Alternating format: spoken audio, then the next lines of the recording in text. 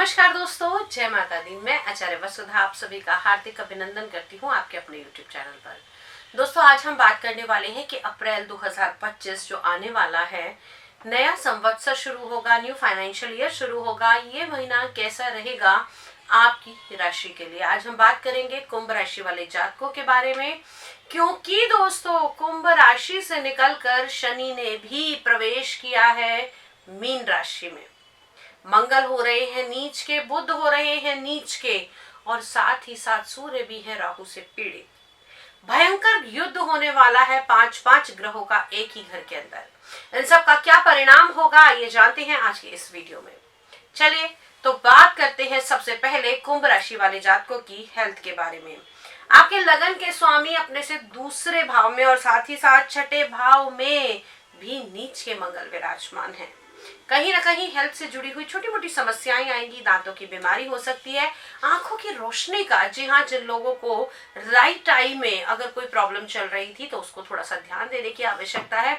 वहीं दांतों के रोग से भी आप इस समय पीड़ित हो सकते हैं। पांच ग्रहों का योग बनेगा आपकी कुंडली के दूसरे भाव में, और लगन के स्वामी का भी दूसरे भाव में यहाँ पर जाना। वैसे तो कहा जाए कि अपने से दूसरे में जाना अच्छा होता है, लेकिन यहाँ पर बहुत सारे ग्रहों का ग्रह युद्ध हो रहा है, इसलिए हेल्थ से जुड़ी हुई छोटी मोटी समस्याओं का सामना आपको करना पड़ सकता है। मान सम्मान की बढ़ोतरी होगी। इस समय में आपको छोटी मोटी चिंताएं सता सकती हैं। ये चिंताएं जुड़ी होंगी आपके व्यवसाय से लेकर। अब बात करते हैं कुंडली के दूसरे ही भाव की, जहां पर शुक्र है उच्च के विराजमान। तो धन की व्यवस्था तो कराएंगे, लेकिन साथ साथ सूर्य और राहु का योग भी इस धन के बीच में कुछ ना कुछ त्रुटियां पैदा करेगा। जैसे कि अगर कोई बड़ा इन्वेस्टमेंट करने की सोच रहे हैं तो कोई सरकारी काम बीच में रोड़े डाल सकता है, किसी पेपर वर्क में कमी आ सकती है।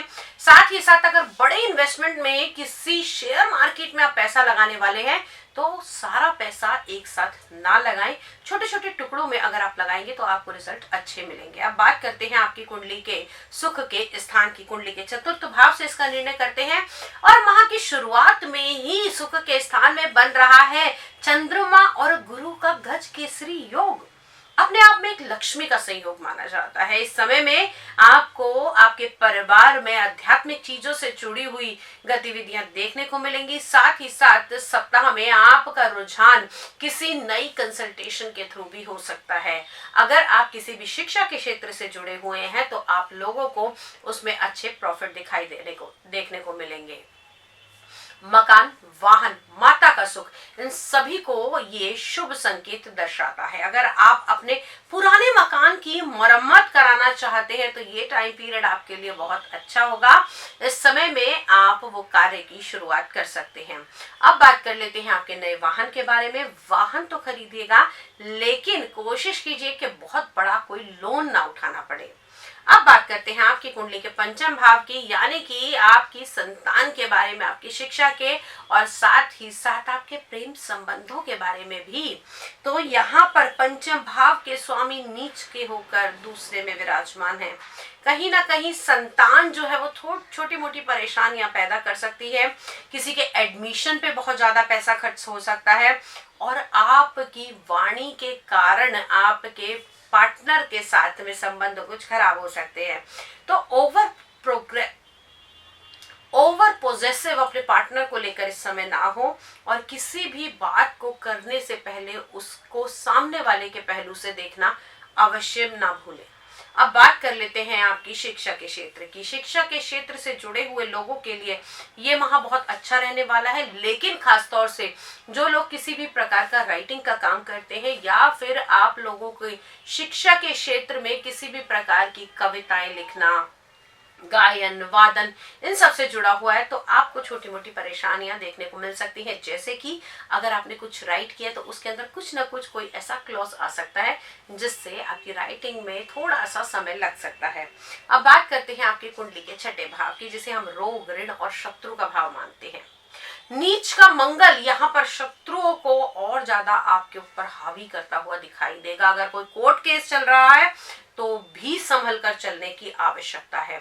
इस समय में अपने प्रतिद्वंदियों से, यानी कि आपके जो कॉम्पिटिटर्स हैं, उनसे बहुत ज्यादा अपनी चीजों को छुपाने की आवश्यकता है। अगर किसी बात की, किसी काम की नई स्कीम बना रहे हैं तो उसको जब तक डिस्क्लोज मत कीजिए जब तक वो कंप्लीट नहीं हो जाती।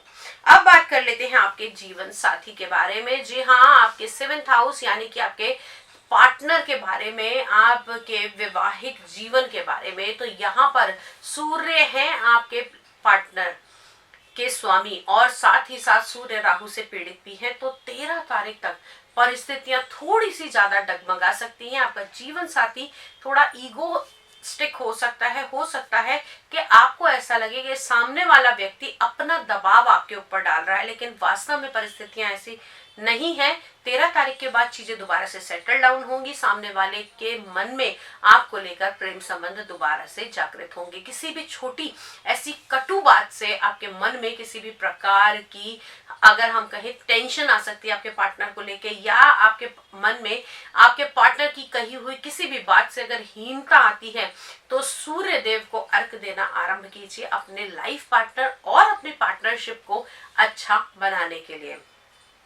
अब बात करते हैं आप लोगों के भाग्य के भाव में। भाग्य के स्वामी उच्च होकर दूसरे भाव में, तो यहाँ पर भाई पैसा तो मिलेगा, लेकिन पैसा कहाँ होगा? बेकार की चीजों में खर्च करने से आपको बचना होगा। इस समय में कोई बड़ा इन्वेस्टमेंट जो आपका बहुत लंबे टाइम से रुका हुआ था, वो अब आकर पूरा हो सकता है। इस कार्य में आपके जीवन साथी का, और खास तौर से अगर आप पुरुष हैं तो आपकी पार्टनर का, क्योंकि यहाँ पर आपके भाग्य भाव के स्वामी शुक्र देव, जिन्हें हम पत्नी का कारक भी मानते हैं, धन के स्थान में जाकर बैठे हैं, आपकी कहीं ना कहीं आय के स्थान में जाके बैठे हैं। तो यहाँ पर अब बात करते हैं आप लोगों की कुंडली के दशम भाव की, जिसके स्वामी मंगल देव नीच होकर छठे भाव में विराजमान है। खास तौर से उन लोगों को संभल कर चलने की आवश्यकता है जो स्पोर्ट्स मटेरियल से जुड़ा हुआ काम करते हैं, खाने पीने का बिजनेस करते हैं, प्रॉपर्टी डीलिंग का बिजनेस करते हैं, या फिर मैं कहूँ सेना या फौज में है। सरकारी महकमे से जुड़े हुए लोगों के लिए ये माह बड़ा चुनौती भरा हो सकता है, क्योंकि मंगल वो भी नीच का और जाकर बैठा है रोग के और शत्रु के भाव में। बेवजह आपके काम की जगह पर आपके इस समय में शत्रु बन सकते हैं, और खास तौर से इन सबसे बचने के लिए आपको हनुमान जी की उपासना करनी चाहिए, और साथ ही साथ अपने कारोबार को और ज्यादा अच्छा बनाने के लिए आप लोगों को इस समय रेड जेस्पर का इस्तेमाल करना चाहिए। अब बात कर लेते हैं आप लोगों के लिए क्या करें और क्या ना करें। इस माह में पेपर वर्क को बड़ा ही सोच समझ कर करें। बड़ा इन्वेस्टमेंट करने से पहले उसके ऊपर 2 बार जरूर सोच लीजिए, और किसी अच्छे कंसल्टेशन की आपको हेल्प लेने की आवश्यकता है। इस महीने में जिन चीजों से बचकर रहना होगा वो रहेंगे। किसी को भी अपशब्द इस महीने में वैसे तो कभी भी नहीं बोलने चाहिए, लेकिन इस महीने में मजाक में कही हुई बात भी आपके ऊपर हावी पड़ सकती है। आज के वीडियो में इतना ही। अगले वीडियो में फिर से मिलूंगी, लेकिन हाँ, जान लीजिए ना, अगर आप व्यक्तिगत रूप से अपनी कुंडली का विश्लेषण कराना चाहते हैं तो स्क्रीन पर दिए हुए नंबर से मुझसे संपर्क कर सकते हैं। अगले वीडियो में फिर से मिलती हूँ, तब तक के लिए जय माँ भगवती।